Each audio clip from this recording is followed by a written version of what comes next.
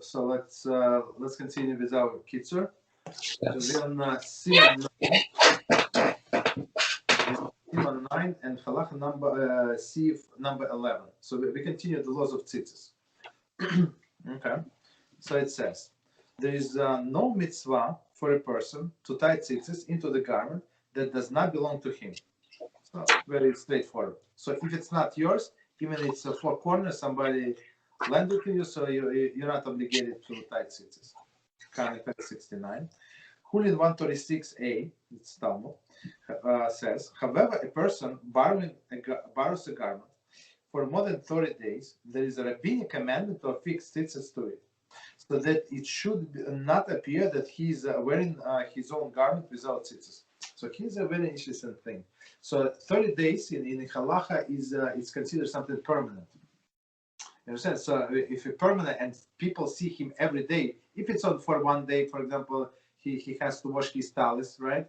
Laundry his talis, and it takes him, I don't know, 2-3 days, whatever, because for whatever reason. So he's going to borrow from somebody else without Tzitzis, let's say. There is no problem. But for 1 month, usually people don't borrow clothes for 1 month. I mean, nowadays nobody borrows clothes, I think, right? But in olden days it was common. People were very, very poor, right? So 1 month, more than 30 days, rabbinical obligation. Continue. However, when a person borrows a talis, which is usually worn for a specific purpose or fulfillment of the mitzvah of tzitzis, there is an assumption that it is given to him in a manner that enables him to recite blessing and fulfill the obligation. We therefore assume that the owner of the talis give it to him as a present for the duration of the time that he wears it, so that it is his, and he may recite blessing upon it, upon donning it. So here's a thing. So I would give this example like in a shul, right? You go to synagogue and they're at a talesim, right? You know, all of the shuls they have.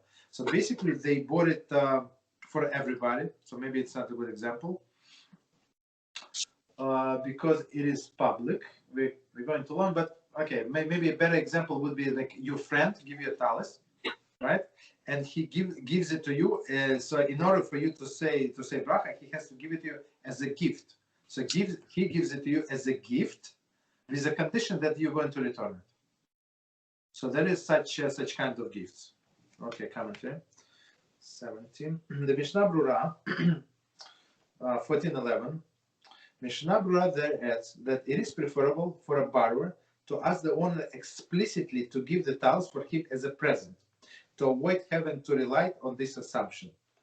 Meaning, if you want to say blessing on this tzitzit, so you have to receive it as a gift, right? If not, so you can just wear it without blessing.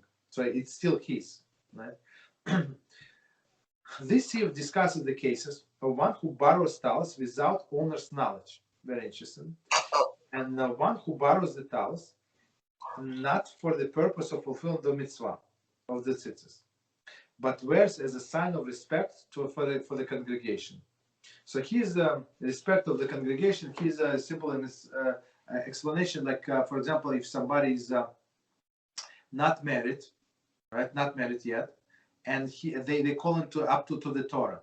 So as a respect to congregation, they give him talis, and he gets up with a talis. Everybody wear talis there, right? You married or not, or somebody prays in front as a shliach tzibur, as a chazan, right? So you usually, like in the morning, let's say he's not married, so he would wear this talis, even though he usually does not, as a respect to the congregation. All right, so that's the situation that we're going to discuss here. It is permitted for a person to take the talis of another on occasion, even without his knowledge, okay, to pray with it and to recite blessing upon wearing it.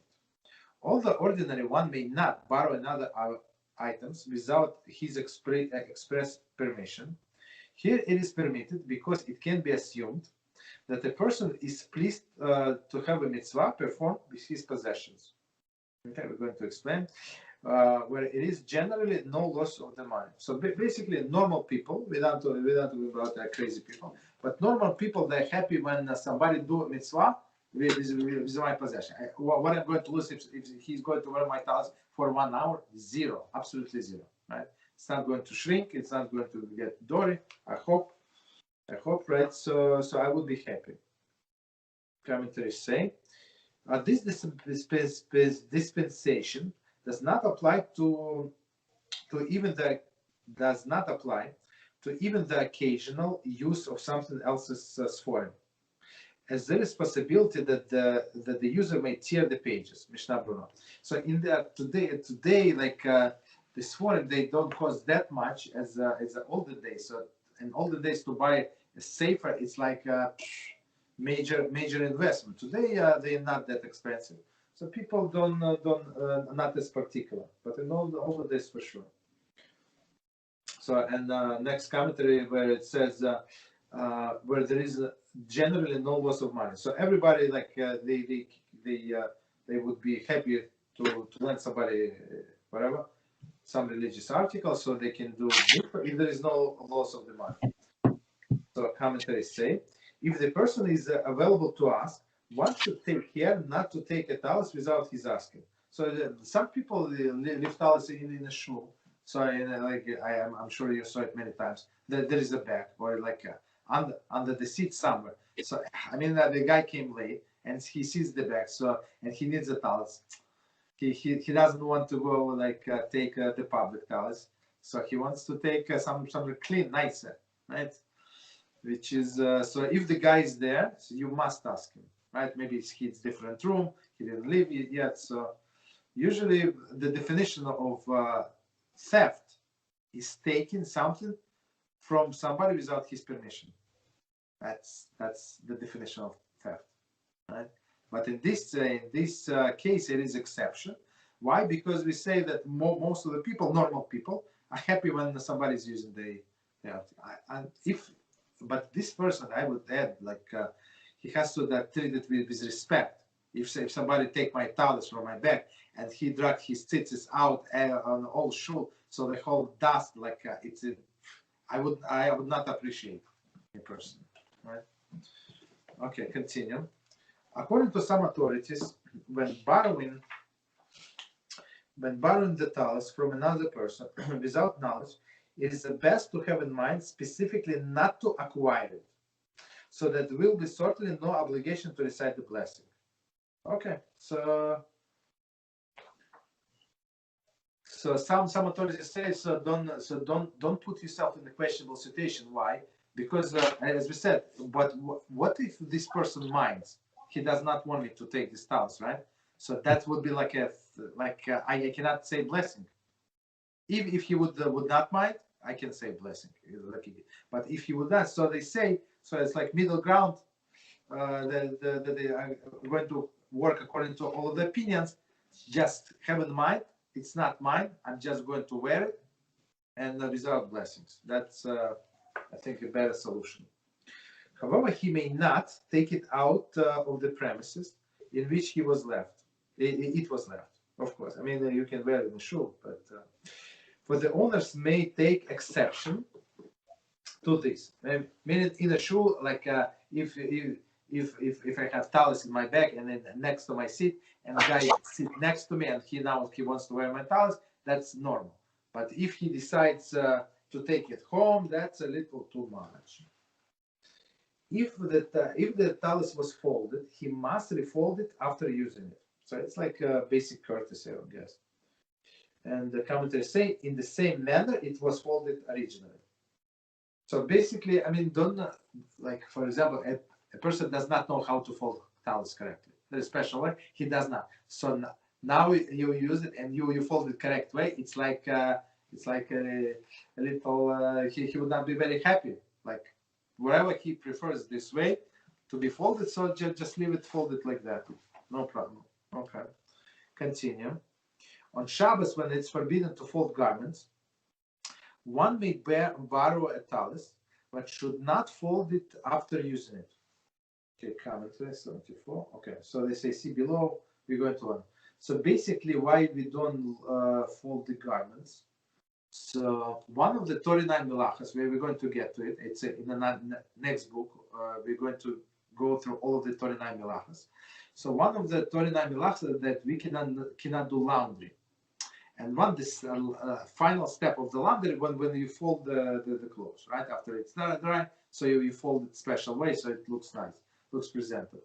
So basically that's why we don't fold our talis. They say on the creases, right, on the creases after you use it on Shabbos. But you can fold it like opposite way, so it would not it's not going to improve the talis. It's going to be like ruin a little, right, when you fold not on the creases. Wait, also you can like for a blanket, for example, you need someone to fold it with you a little bit.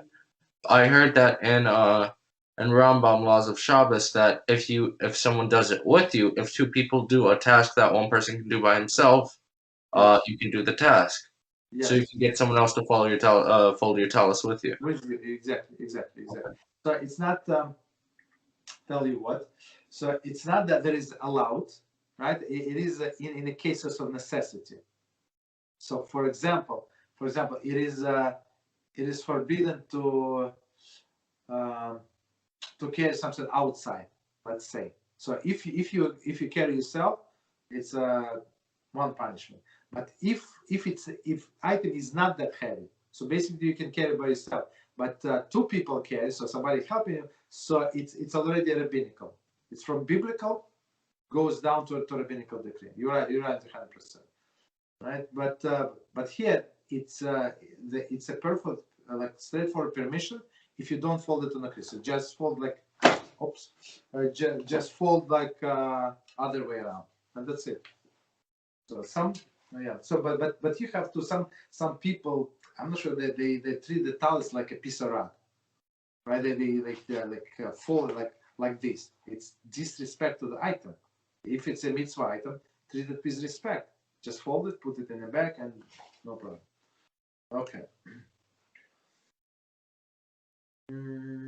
Okay. So, since the only reason that he does not refold it is due to the Shabbos prohibition, the owner forgives him for not refolding it.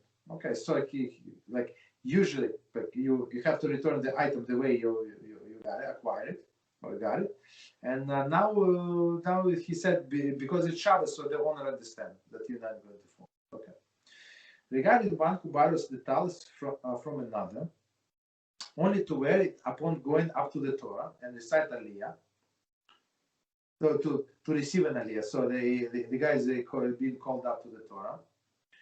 There is a doubt whether he should recite blessing upon donning it. So basically, he's not wearing. So in this case, they call him up to the Torah. He's going to, but he's not wearing this talis for the purpose of the mitzvah. It's not a mitzvah. You understand? If the mitzvah would be to say Shema, right? For example, he wants to say Shema, so he would do it in a talis. But here, it's as we said before, it's for the respect of the congregation. That's it. So it has nothing to do with this talis, right? So commentaries say 75. This applies also to one who is leading the congregation as a husband, as we said before, or the Kohen who dons the talis to bestow birchas kohanim, priestly blessing. So basically, or the one as we said. So there are three cases. First, the person being called to the Torah, respect to the congregation. The one who leads the prayers. Also, I mean, he's not married. Let's say, no problem. So he has to wear a talis. And the third one is when kohanim blessing the people. So usually for Ashkenazim, it's only on holidays. Only on holidays they bless, but Sephardim bless every day. But in Israel, when we go to Israel, Beezrat HaShem, so even Ashkenazim bless every day. So they cover like their hands, like they spread their hands, they cover with the talis. So basically, you must have a talis. You married, not married. So in this case, still, it's not for a mitzvah. It's for the mitzvah of Tzitzis, but for some other reason. So Sephardim only have the talis after 13 years old, so they can cover themselves for the priest. No, Sephardim. I'm not sure what. Some of them wear talis after 13. Some of them were even before 13. Mhm. Some Iranians, I don't exactly know the details. Mhm. But for priestly blessing, where the coin, right? Somebody who is a coin, so he comes like in front of the Aron Kodesh and blesses the people. So he has to cover himself. It's Ashkenazim, Sephardim, doesn't matter. All of them have to cover themselves. Got it. So yeah, and you don't you're not allowed to look at them. So you look at the cedar, you look at on the floor, but do not stare at them. Never ever. So continue. Therefore, the borrower, in all of the situations, should have in mind when taking it, that he does not want to acquire it as his, meaning this talus. So I'm going to. They called me for a Torah. I'm going to take somebody's talus. Somebody give me the talus. So it's not mine. There is no blessing necessary. And then, according to all opinion, he did not recite the blessing as explained above. Okay. But okay. So but. Okay, no, okay. Next paragraph. He said exactly what I wanted to say. However, however, on a talus that belongs to congregation, even if one takes it only for the purpose of being called for the Torah, he must recite the blessing when donning it. I'm going to explain why. For it is treated like his own personal talus. Communal talus is brought with the understanding that it should be belong to whoever puts it on. So commentary, Mishnah Brura, 14:11. However, many have a custom not to recite blessing, even in this case. So basically, when in any shul, when you come in, they have extra talaisim.